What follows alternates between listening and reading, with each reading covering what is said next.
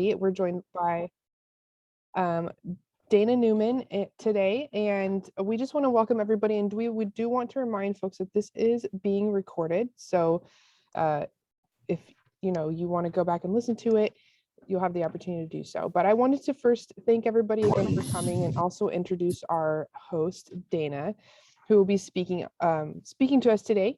And Dana Newman lives to grow business. She puts her entrepreneur skills to the test every day in her role as the Chief Sales and Marketing Officer for United Mail.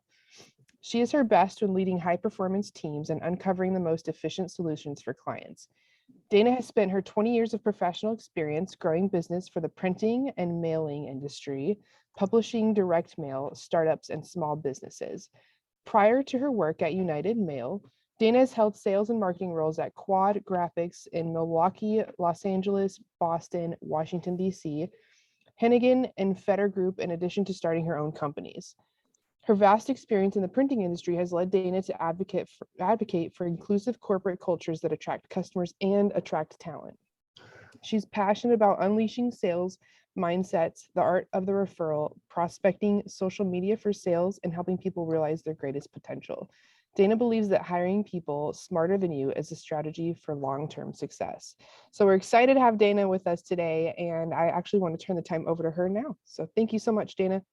Awesome. Thanks, Jen. Hi, everyone. I'm thrilled to be here. And I'm also reminded when you get an email on a Thursday that live event you were preparing for is now virtual. So here we are. And I appreciate everybody's flexibility. If there's a word that I think describes all of our experiences of what I learned in the last 18 months is flexibility, right? Cognitive resilience. So here we are. I'm Dana. Thanks for joining us today.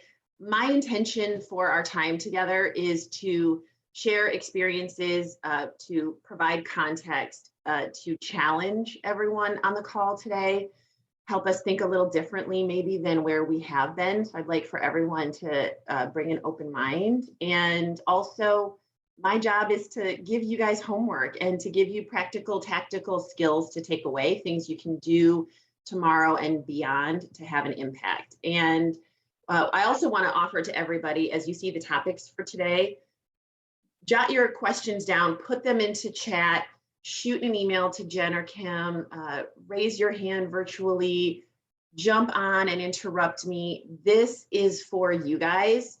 I want to make sure that everybody here gets as much out of this as possible. So all of those tactics are available. I want you guys to make this as interactive as possible. All right, so thank you so much, Jen, for the lovely introduction.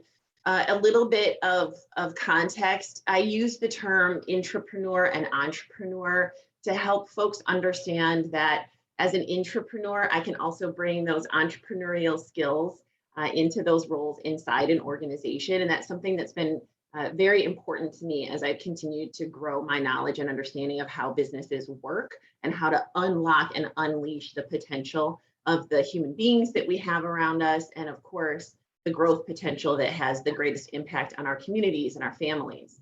To know a little bit about me is that I am 100% a maximizer and 100% the eternal optimist. And 3 of 7 to me means that I am one of 3 women on the leadership team of 7 at United Mail. That is significant for me in my career. This occurred in 2021 when I became the Chief Sales and Marketing Officer. And when we went through a bit of a structural reset to include an entire C-suite and to elevate several people. And that meant that I was 3 of 7. And I've been on quite a few leadership teams, and I've been the only female on quite a few leadership teams. And that's something that's really significant, and I'm proud of that. I'm a parent, I'm a motivator, I'm an athlete. If you ever want to talk about yoga and triathlons, I'm your person. All right, so who here is a Ted Lasso fan? If you're not, you've got homework right out of the gates. Get yourself a subscription, go out to Apple, start watching Ted Lasso. If you even have a fleeting interest in the topic of leadership, which everybody on this call does because nobody took the time to sign up and be here. If you weren't interested in all of this and how to build cultures, Ted Lasso's the guy that's doing that for a lot of us today. And it's a lot of fun to watch how he does it. And he's right. If it's comfortable, your change might not be happening. And to understand a little bit about what it's like to be in manufacturing and leadership in manufacturing, which is it can be a tough place to be and a tough place to talk about culture. That's where I've spent 20 plus years of my time. And I remember back in 1998 when I started at Quad Graphics, I was fresh out of undergrad, and a gentleman in the audience, we were talking to the CEO at the time, Harry Quadracci, and we were all new people to this organization. And this young man started asking about the threats of email and the internet on the print industry, and was it going to die, and what was going to happen. And these were very common conversations, and they still are. And we talk about manufacturing in the United States in a lot of different contexts. And as someone who has spent an entire career in and around that world as an entrepreneur, advising companies and working inside organizations that have some tie to manufacturing, I can tell you that that conversation has been going on for a long time. And how do you develop culture as a competitive advantage? And that is one part of what I want to make sure that we really nail down today together, is how do you take those threats and turn them into opportunities? And that, let's be honest, culture can feel a little woo-woo, right? Especially in manufacturing, right? I work with a lot of analyzers and a lot of analytical thinkers, and sometimes it's hard, and I have to bring the numbers and the measurements in to help solidify the reasons why we make some of these investments and the reasons why it's important for us to train and to dig deep into the culture of an organization. Because all of us are trying to figure out, how do we have the best talent attraction and retention possible? So let's level set a little bit. What is company culture anyway? Company culture means a lot of different things to a lot of different people. So what I'm going to try to do here is give you guys a sense for, if you don't already have a sense for, exactly what does company culture mean. So in the upper left corner, you see there, company culture can be, what does it feel like when someone from outside the organization comes into your physical space? And when they come into your physical space, what does it feel like? Do they see people moving quickly? Does someone greet them right away? Do they feel marginalized and they have to sit on the side? Does someone even know that they're there? Does the culture represent itself, assuming that someone is there as maybe an assistant instead of the leadership role, because we're making assumptions or bringing bias into the scenario? Do you have a safety first culture? Is that evident when someone walks in?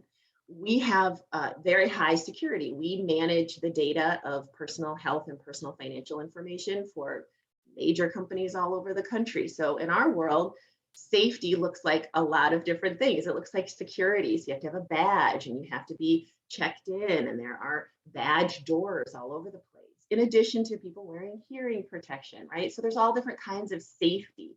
Is that a part of your culture, and is that evident when people are in your space? If you look at the bottom right, is your company a company that is very much so about a vibe, about a feeling, about how do you come in and relax in our space? That's important. If your corporate culture is around the feeling that someone has inside your space or with your people, are you living that every day? And do those physical environments and do all the people that someone comes in contact with support that culture?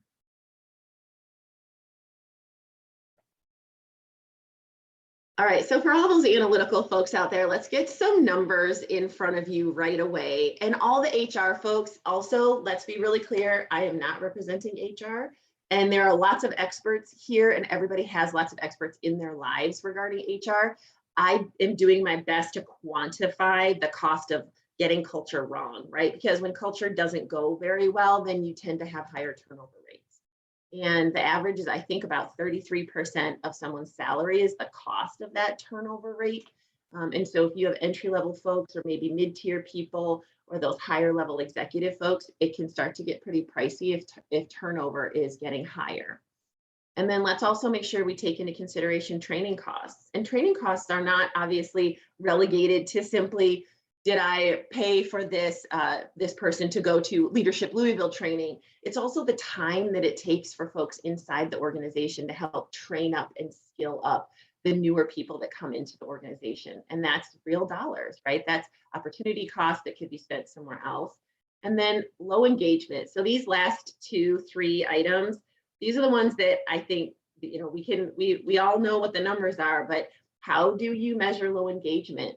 How are you guys measuring productivity and innovation costs as it relates to turnover? And we're going to focus a little bit more of our time talking about engagement, productivity, and innovation, and how culture and the measurement of culture can very clearly have an impact on engagement, productivity, and innovation, because those are some of those areas that maybe are a little bit harder to measure as it relates to culture.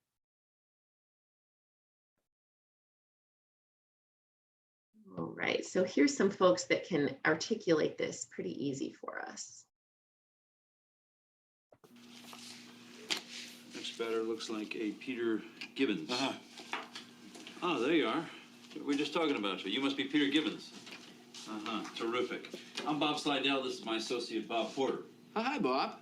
Bob? Peter, why don't you go ahead and grab a seat and join us for a minute or two.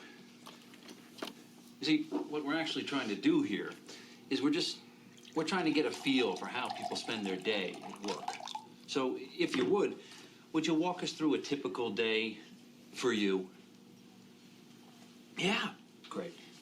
Well, I generally come in at least 15 minutes late. I use the side door. That way Lumberg can't see me. And after that, I just sort of space out for about an hour. Till I'm Space out? Yeah, I just stare at my desk. But it looks like I'm working. I do that for probably another hour after lunch, too. I'd say in a given week, I probably only do about 15 minutes of real, actual work. All right. That was hopefully familiar to some of us. And to me, office space is one of those opportunities to remind yourself, man, when low engagement is bad, that is what it looks like. Okay, so what does it mean in terms of numbers, right? So when you have a culture that looks like what we just saw from Office Space, that's probably maybe at its worst, but it can also look like this, which is 4.5 million. I pulled this out of the US Bureau of Labor and Statistics, which anybody can go out there to those websites. They're not super exciting reads all the time. They're very sort of government oriented, but it's a great way to understand what's going on. And this is the number of people who quit their jobs in November of 2021. I believe this is the latest stat. I looked for anything sooner than that, but these were the latest numbers, and this is 1 month. And so what this is what's called the quits rate. And so it's people that voluntarily quit their jobs.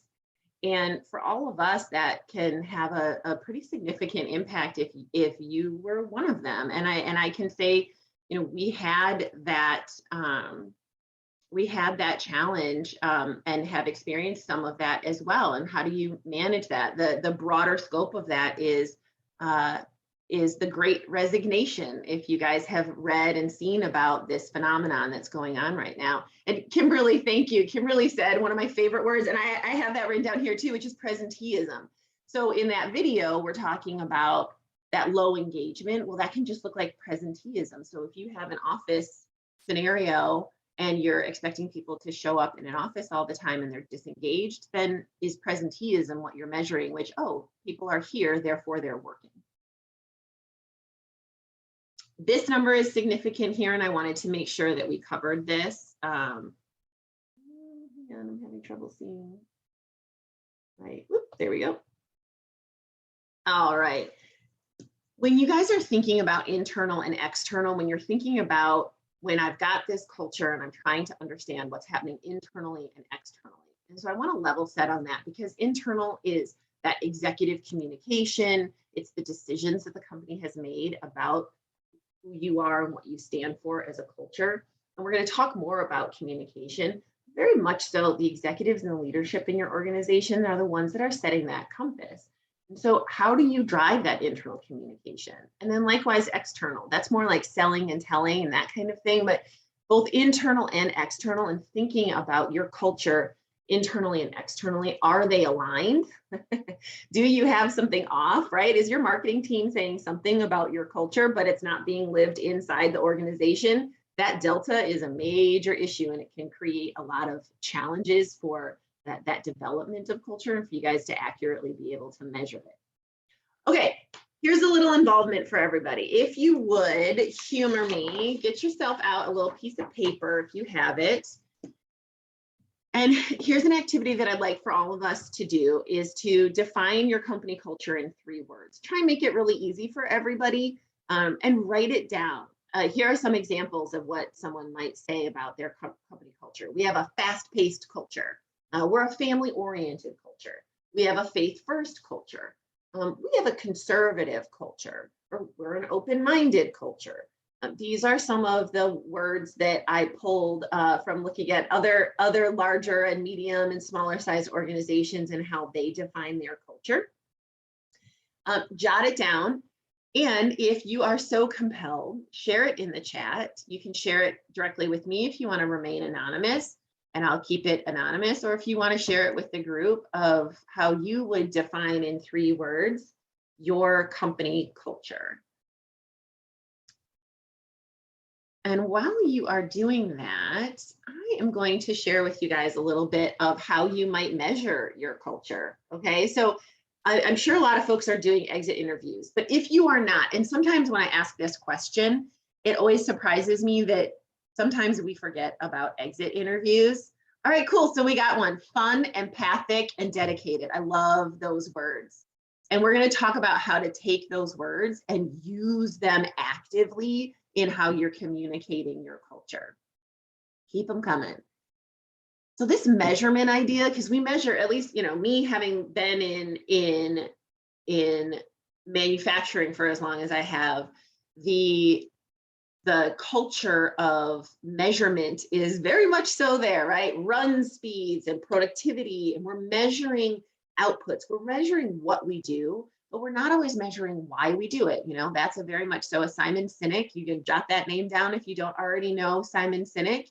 Ooh, this is a great one. We have ADHD culture, directionless, and nepotism, right? So not everything is fantastic. It sounds like there are some opportunities there in an organization, and in that particular organization.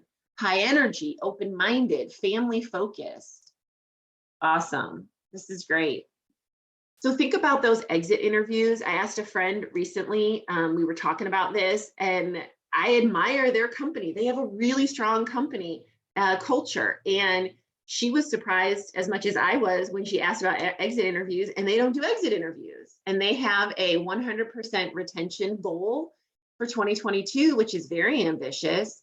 And they're not doing exit interviews. And so one thing when you think about exit interviews, this is not about pointing fingers. This is about finding those opportunities and making yourself a list. You can do exit interviews retroactively. I don't think there's a statute of limitations on exit interviews. I mean, obviously within reason, but you could start today on exit interviews, and you could retroactively go back to folks that voluntarily left your organization, those quits, and say, hey, can we do an exit interview so we can better understand and create that culture of the future? Because if in an interview someone said, this is a directionless place, there's so much nepotism, I never feel like I can advance, that would be really important for leadership to chew on, right?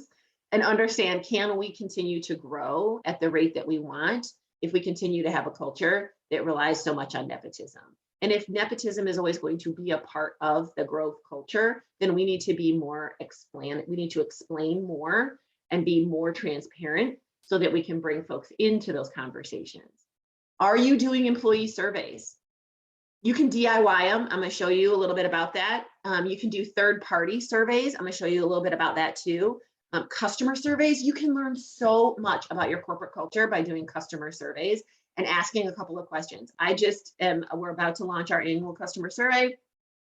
We have questions on there about, for new clients, what did it feel like to onboard? And tell us about your experiences with your team members, blah, blah, blah, that kind of thing. And then of course, there are consultants. I've used a bunch of them. I can make some recommendations, and I'm sure tons of folks on this call have used all kinds of consultants, both locally and nationally. So we'll talk about all of that. Ooh, this is a good one. Mixed-minded, I love that phrase. Due to changing and growing mix in 5 different generations in one workplace, it's an engaged workforce and it's community focused. That's fantastic. Thanks for sharing, everybody. Oops, and I'm having trouble seeing my, whoop, whoop, whoop, whoop.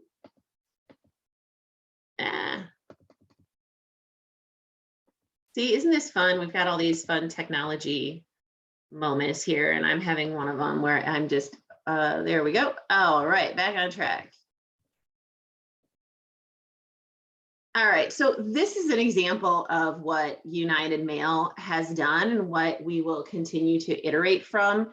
And we admittedly have DIY'd this. When I was at Quad Graphics a million years ago, that was a very large, at the time, 10,000 employees. It's much bigger now. And they had, you know, culture officers, and they had big HR, and they had all kinds of things internally. United Mail is a company of about 250 employees. And we have basically DIY'd it to this point. We're starting to use some consultants, and I can talk a little more about that experience. So some of you may be in smaller businesses and you're like, I can't, that's not in our budget. Well, guess what? You can DIY it. And so to me, let's make it really simple. If you're going to DIY it, it's about discovery, it's about distilling, and it's about disseminating. And so what does discovery look like? Put together a survey and survey your employees, survey your customers. You can do this on your own. You can look up the questions. You can make it as anonymous as possible and try and get some of that information and try to even get those words, like that activity that we just did. This is something that you can do where you give lists of words and you ask people to select the 3 words that best describe the organization. And that's something that United Mail did. That was part of our discovery. And these are the words that we chose to represent the culture at United Mail. It's about quality, respect, teamwork, accountability, customers, and integrity. And these words are all over the place. You'll see them on the wall, you'll see them in presentations. And so what we did is we did all this discovery, we distilled everything down.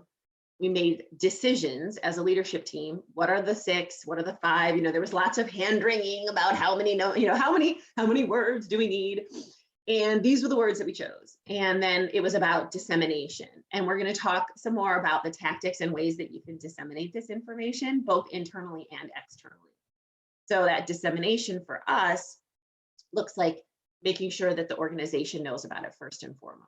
And then how do you talk about it with the external constituents that care about the companies they do business with, right? So that's a whole different part of all of what we're talking about here. But what I want to do is fully help everybody understand that there is an ROI to culture, and it very much so is about talent attraction and retention.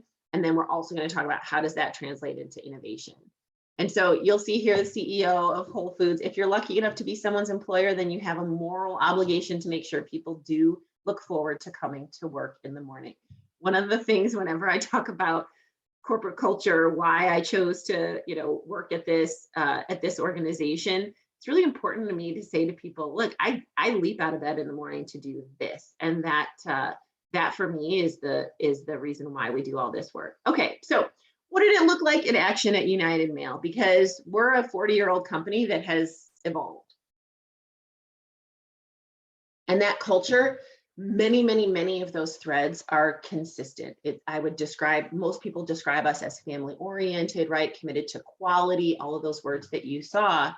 But visual representation of that was starting to get a little bit off. And so here's something that we did. We understood that our about page on our website is the second highest traffic of any page on the website. So if you guys are not already looking at your Google Analytics for your web page or for your website on a regular basis, it's super easy. Go in there and see what are the top pages that people go to. Those are the places where people are really getting a sense for your organization, and they're getting a sense for your organization based on wanting to potentially work there or potentially do business with you. Okay. And so what are they seeing? And you guys can tell, are they going to my about page? Do I have a careers page? We'll talk about that. So at the top, this is the CEO and me, and this is what our images looked like on the website a couple of years ago. Okay, we were wearing jackets. We were looking like we were going to a business meeting. We were going to a business meeting in an office, and we had our portfolios with us, and we had business cards, right? And that was very much so the culture we were representing. And that's what it looked like on our about page. And then the shift, that culture shift that we experienced in 2020. And also, it wasn't just the impact of a culture shift in 2020, it was a shift that the company had been experiencing over a number of years, which was we were very much so kind of loosening up a little bit, I would say. We were focusing a little more on our technology side. We were selling to different kinds of buyers, and wearing a suit and tie was not as representative of our culture anymore. And what is representative of our culture is what you see beneath, which says our team, and you see all these lovely folks that are very smart, and this is how they show up. And this looks very much so like a leadership meeting we would have, or the sales team is getting together. This is what folks really look like in their environment. And that's more what we wanted to do, was to bring people inside our world and to be a little more transparent about the culture and to represent it. And so that's what we did. So this is one example of one part of a culture shift that we did. And it was the about page. It's very measurable. We can tell what people are doing and where they're going. So that is an invitation for everybody on this call, is to look at that, be analytical about it, and question whether you're representing that. Ooh, this is a good one. I got another one. The culture used to be that everyone is replaceable. Wow. And now it's moving towards you have to do what you can to keep them. That is so true. And we'll talk a little bit about that phenomenon of, this is about how can you make sure that your employees are engaged and you're creating environments where people can thrive and bring their ideas. Because man, if you feel replaceable, like in this example that someone posted, if you're in an environment where you feel replaceable, are you really going to feel safe enough to offer your best ideas? And then what that means is you're not getting the best ideas from people. And so your innovation will suffer. What I'd like everybody to do now, take a moment, close your eyes if you want to, if you can safely. I'm sitting down. Close your eyes and imagine, why would someone join your company? Imagine when someone new comes into the organization, what do they sense? What are the feelings that they have in your world?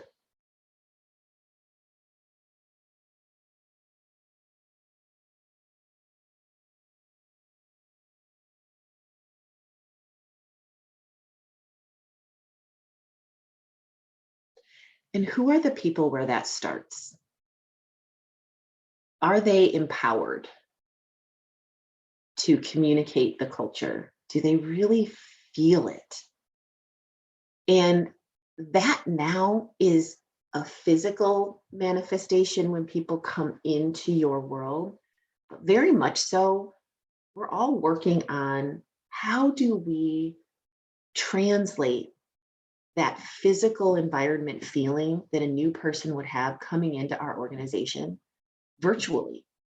I have team members that are not in our offices on a regular basis because they are in Nashville, for instance, and we have office space in Louisville and Cincinnati, right? And so how do you do that? If you have people remote, or if you are considering remote folks, how are you providing that and translating that culture into their world? And you can do it. It's possible. We can do it. And there's training, and there are ways that managers can help to articulate that on a regular basis, and how the organization can continue to grow and thrive. And then likewise, like in our world, we have folks that are coming into our manufacturing positions, and what does that feel like? Is it any different to enter United Mail as a new employee, depending on the department that you're in?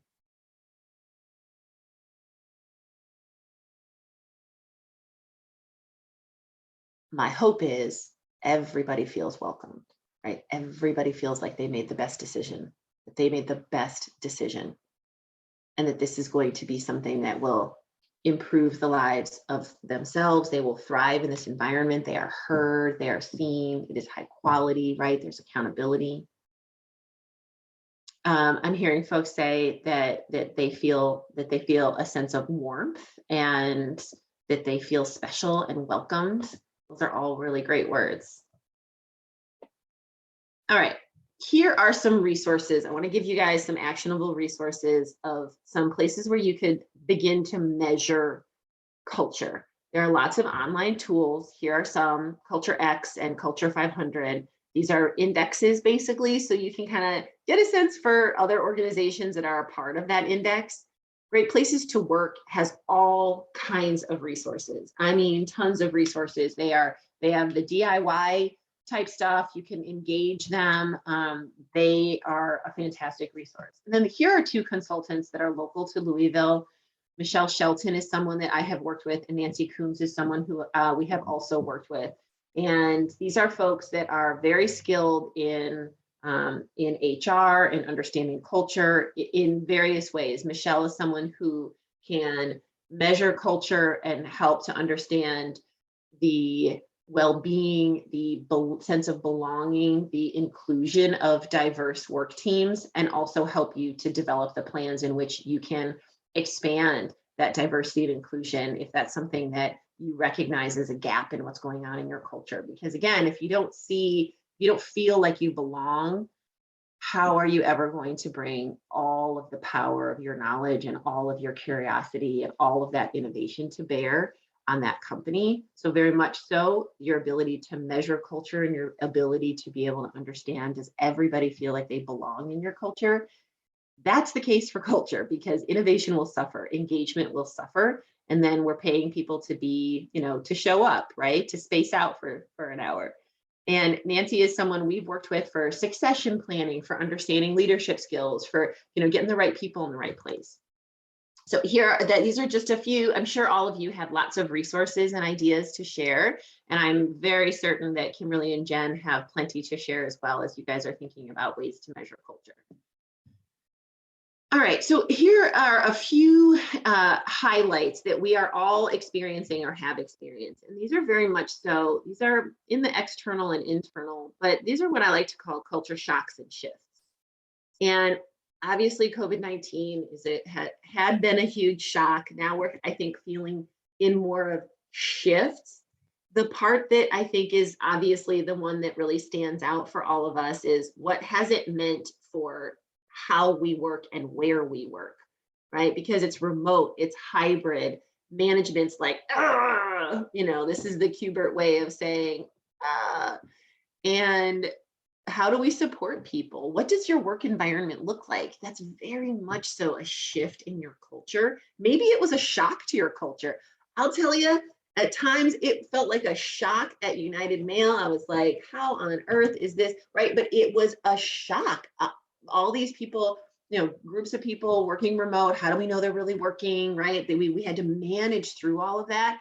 And what I realized as a manager is that I had to level up my skills, because what it took to manage a group of people who were typically around you was very different when we were managing folks that were fully remote or people who are now in a hybrid work environment. So what are you doing to level up your skills? What are you doing to support management?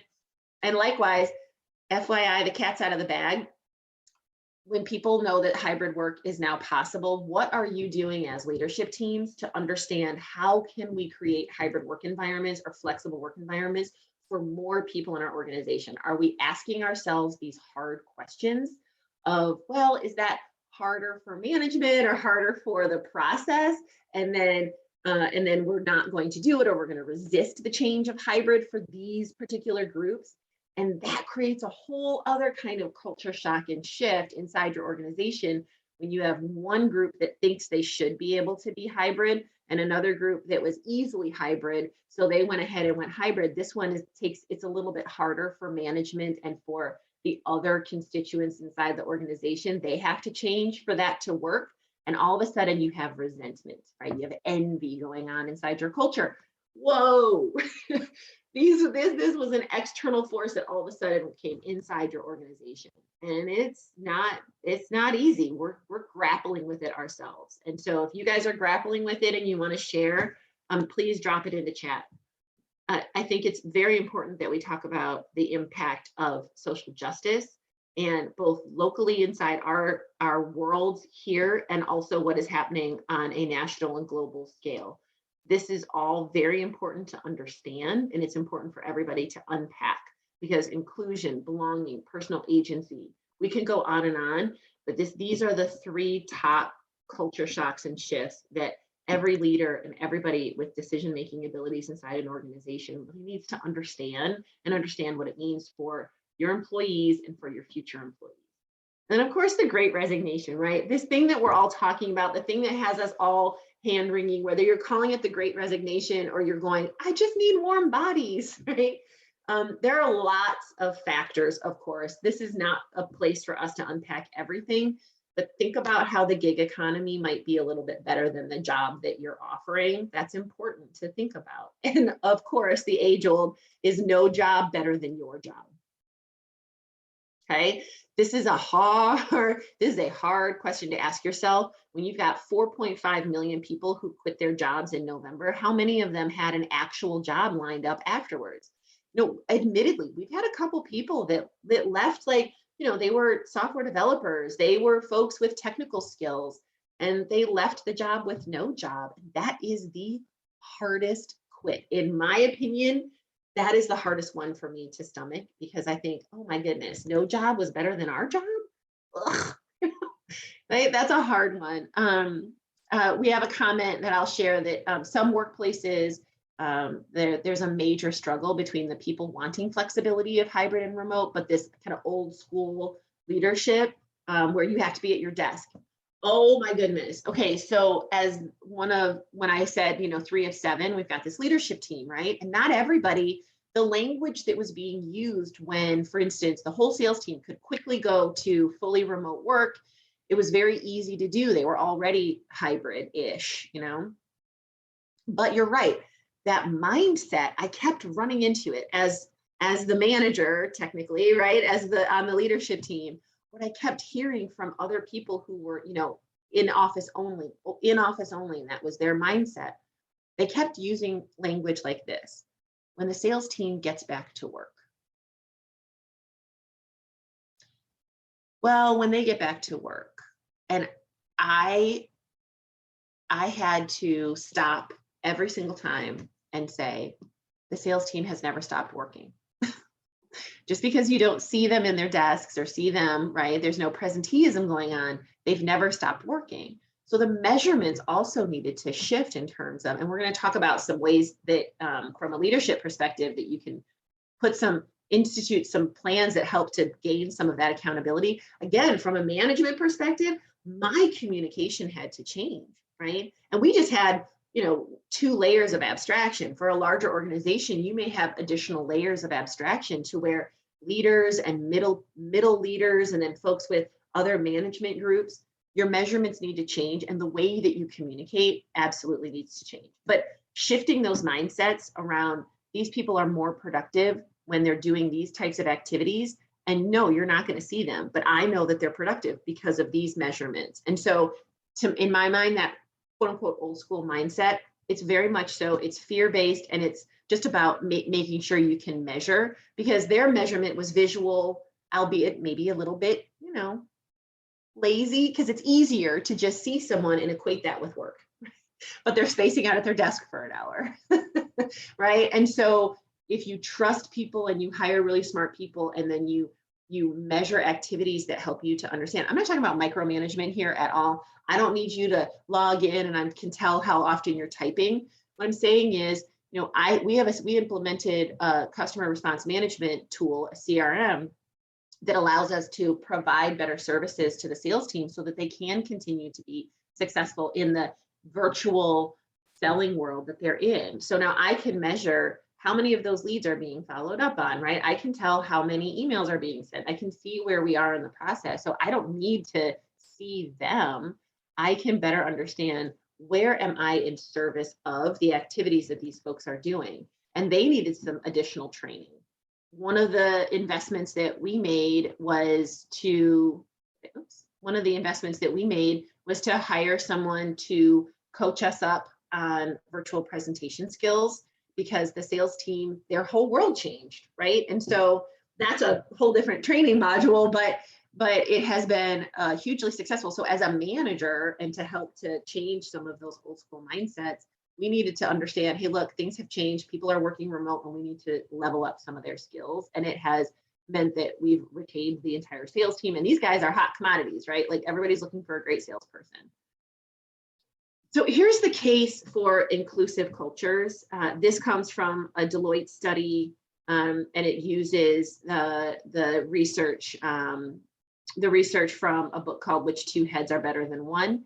So an inclusive culture is 2 times more likely to meet or exceed their financial goals. They are 6 times as likely to be innovative and agile. So that sounds like new product developments. That sounds like interesting customer market advances. And they are 8 times more likely to achieve better business outcomes. So when you put the tasks in front of an inclusive culture or an organization that feels included, you have an 8 times more likely to achieve those better outcomes. All right, I think we've beaten this one up, but let's be clear, people don't leave bad jobs, they leave bad managers. And so for the leaders on the call today, think about your management teams, and think about yourself critically, like this comment that we got about, are you, quote unquote, old school minded in how you're thinking about these working environments? Open up your mind. I've got a whole bunch of reading lists and places where you can hear from other leaders and hear from folks that can help to articulate this, that it's not about people want to be able to goof off at home, or they want to be able to, go get their grocery shopping done in the middle of the day. Here's the thing, if you trust them and you are giving them tasks to get complete, trust that those tasks will be completed, and open up your mind to when those tasks are completed, okay? And where they are. All right, so here's a few more Forrester predictions. If anybody is not downloading Forrester predictions, a vast majority of their content is free. They do these distillations of their surveys and measurements, which are extensive. And then in December, they drop their predictions. So these are from the Forrester predictions for 2022. They think they looked at maybe 6 or 7. I've got the PDF if anybody wants it. But here's the deal. These were the ones that I thought were really meaningful for this conversation, is that hybrid is here. And here's the deal. 1 in 3 hybrid work environments will fail the first time.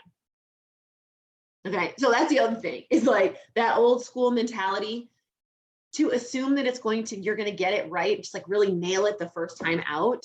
We got to let go of that. But also to assume that being in the office is always the right move just because it's always been that way is also a failure, right? Like, you're not testing that either. And so if you can help leadership to understand that, hey, look, this is being measured on a grand scale, on a national scale. And you know what? We need to have an iterative process here. And oh, guess what? That might be a way to engage some of these teams and to have some of that inclusive culture going on. 30% is the number of companies in 2022 who will reject hybrid completely and say that in-office only is the way they're going to go. 30% of companies are going to say in-office only.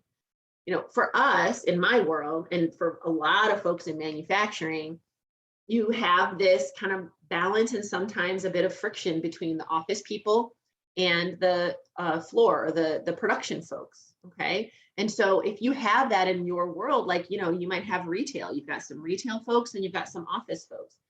And there are going to be a number of folks where their job very much so is about, you got to be there at this time to get this type of work done. But is there flexibility that you can still incorporate into that? Are you thinking as creatively as possible about all of those jobs? But here's the number, is that 30% of companies in 2022 will say, nope, we're not going to do any of that. We're going to stay in office. The challenge for these guys is that the monthly quit rates will rise to approximately 2.5% per month. So when we choose, if 30% choose in office only and we don't do the work today to figure it out, there will be consequences because the cat's out of the bag. And so you can't sort of unknow that hybrid is possible.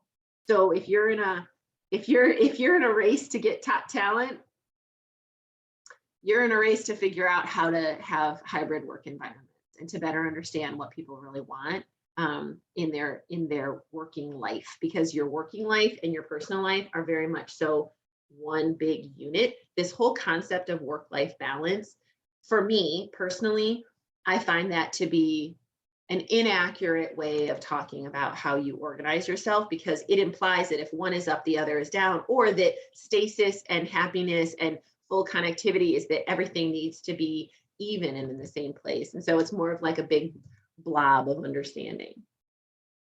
So check out that Forrester predictions. It is very much so worth it. All right. Okay.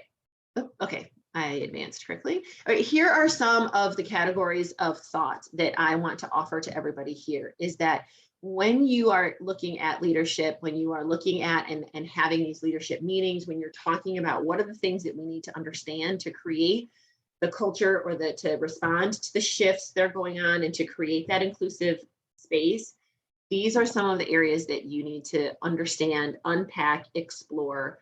And for instance, understanding gender and how people identify their gender. Are you providing opportunities for that to be expressed? What do your applications look like? Things of that nature. And is that in keeping with your culture?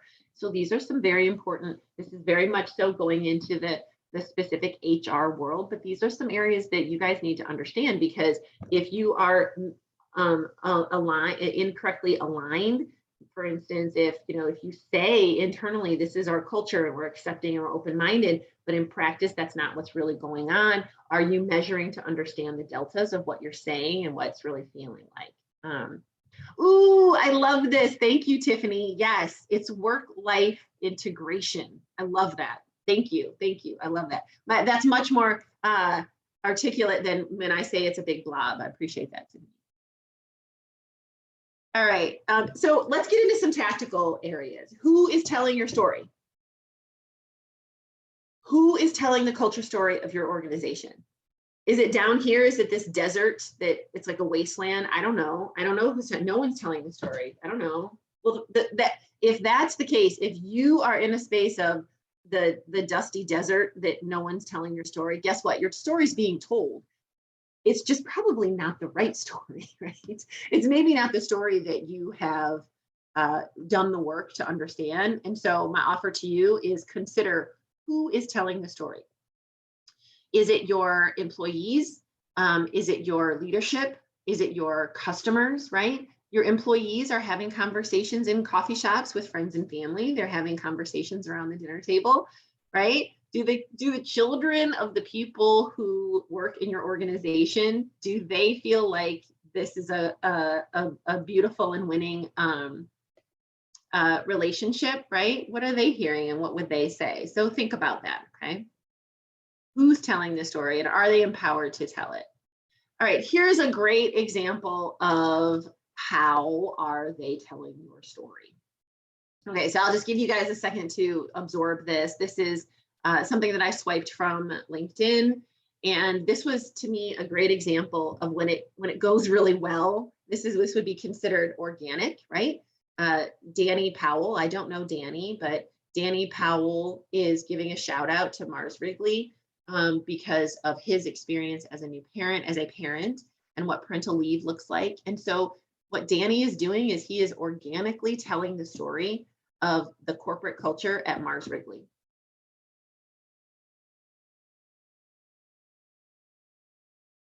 And I saw it, and it's beautiful. And this is storytelling. This is organic storytelling about your culture.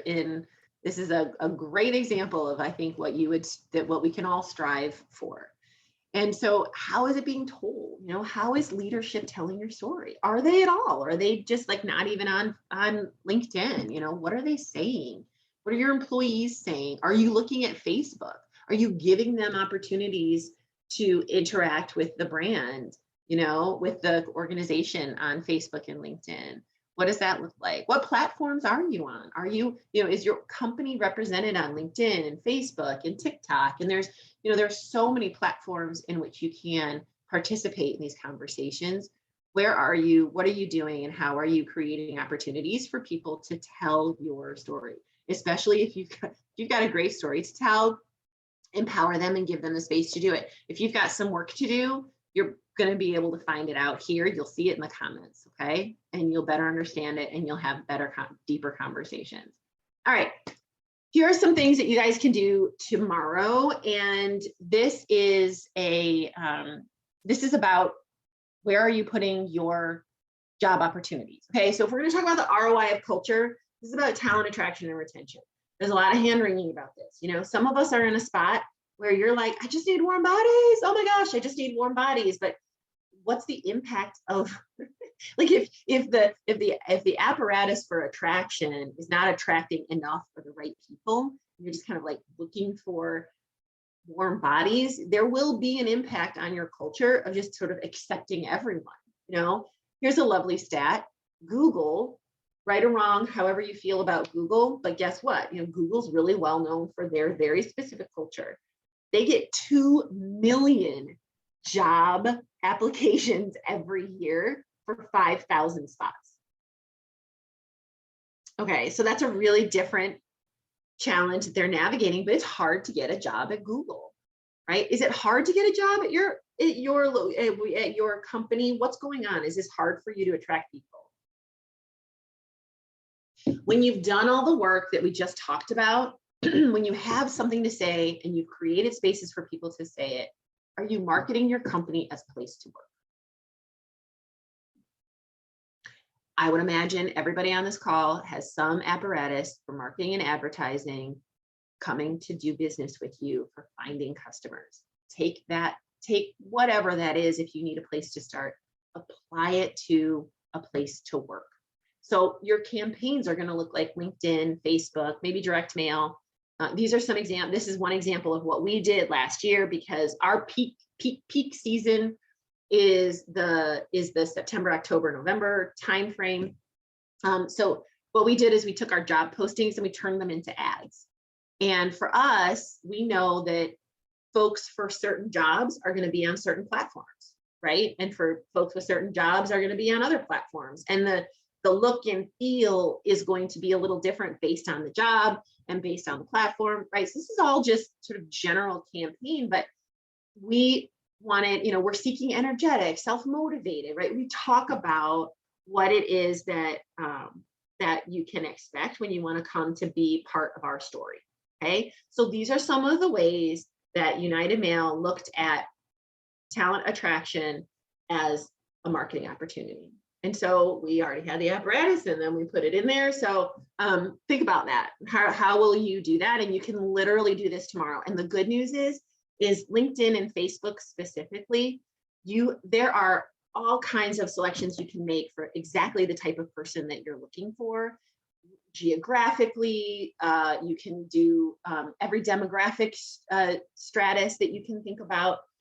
Those retro exit interviews that we talked about before, put those into place. Hey, how you doing? Like, what are you thinking? Like, we did this, that, and the other thing since you left, and blah, blah, blah. And like, would you come back?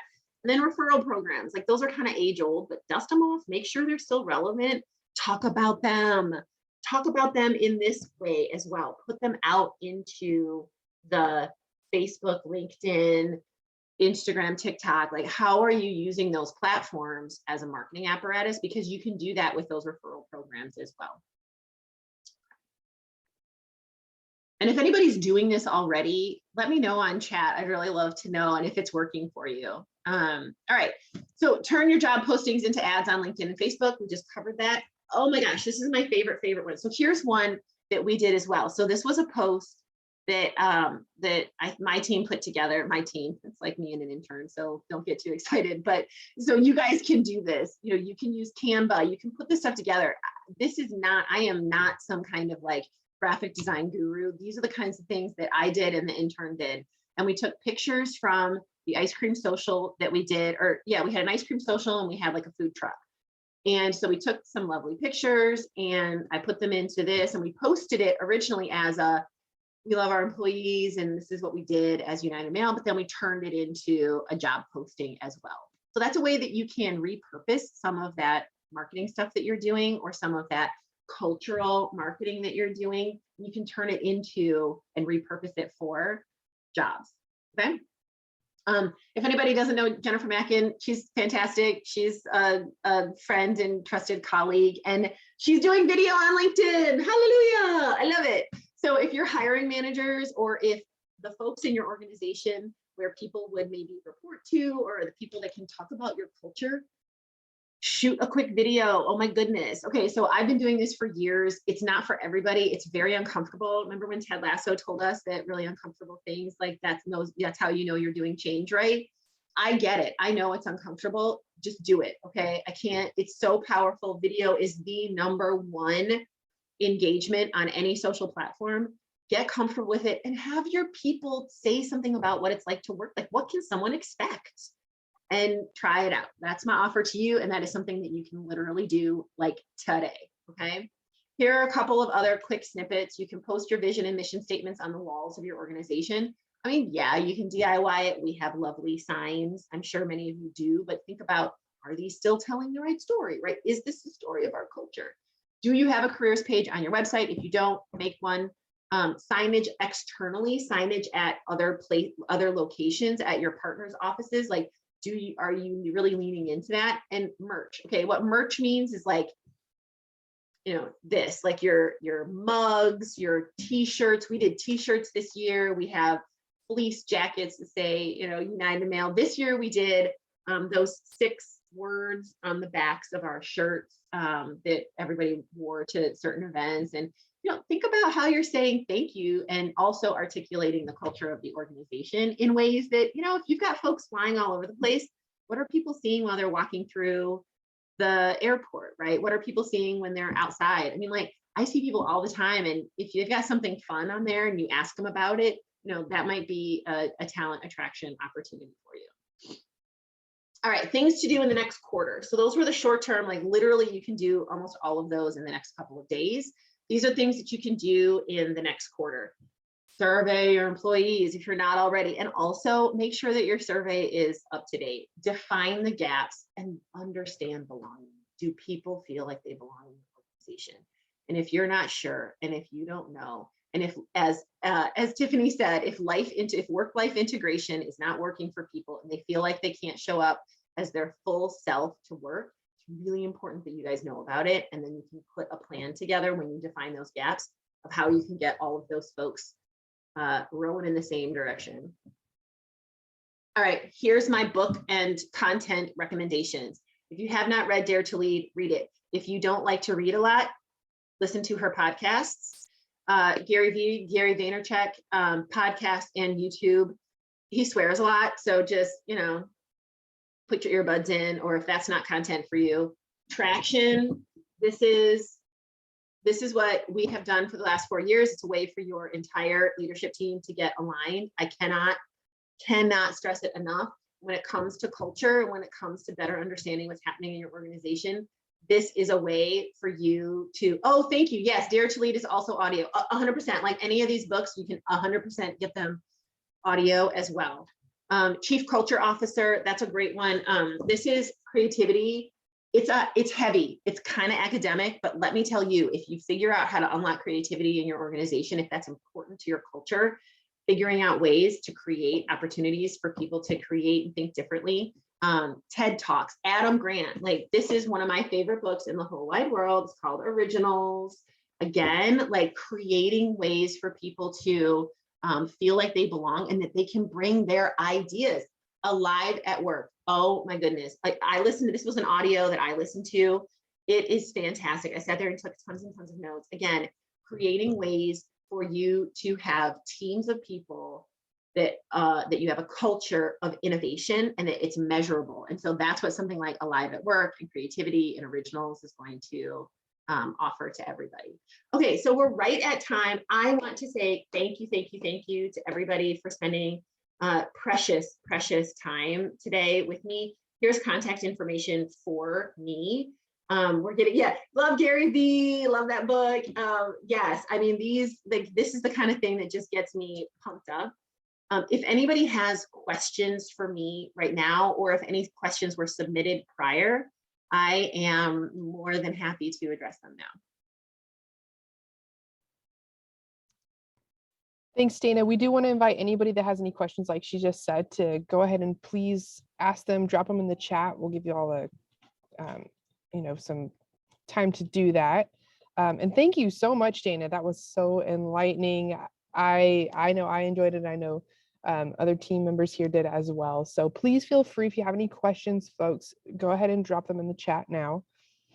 Ooh, this is a good one. How do you align when leaders don't agree or like each other? Woo! All right. I'm just riffing here. Again, I am no HR director at all. So if any of this is wrong, go check with your HR director. You got to get off site, right? The whole liking each other thing and like getting people to agree. This book, okay, this process of traction, it literally gives you the process whereby disagreeing is important to better understand what is it that we are going to say we're going to do, explore, move forward. It allows you to get into alignment with one another, but you do this whole process of it's called IDS, where you're your issues processing, because issues are things you don't agree with. Hey, production isn't pulling their weight. Sales is losing customers because we're not getting the stuff out on time. What are you doing about it, bro? You know, that's the kind of thing, not just like that, but that's the kind of thing that you would bring to the table. And then you have a process whereby, so if you don't have a process, you're absolutely right. You might fall into that place of disagreement. The whole liking each other thing, that is very much so, like whoever is the person in charge, it's very important to get folks off site, get them doing something together, unlock how people are more connected with one another. Because look, you're not always going to like each other and agree, but you have to respect one another. I hope that answered your question. What was the most innovative engagement idea that you implemented during COVID? Innovative engagement idea that you implemented during COVID? Ooh, oh my gosh. Okay, let me think about this.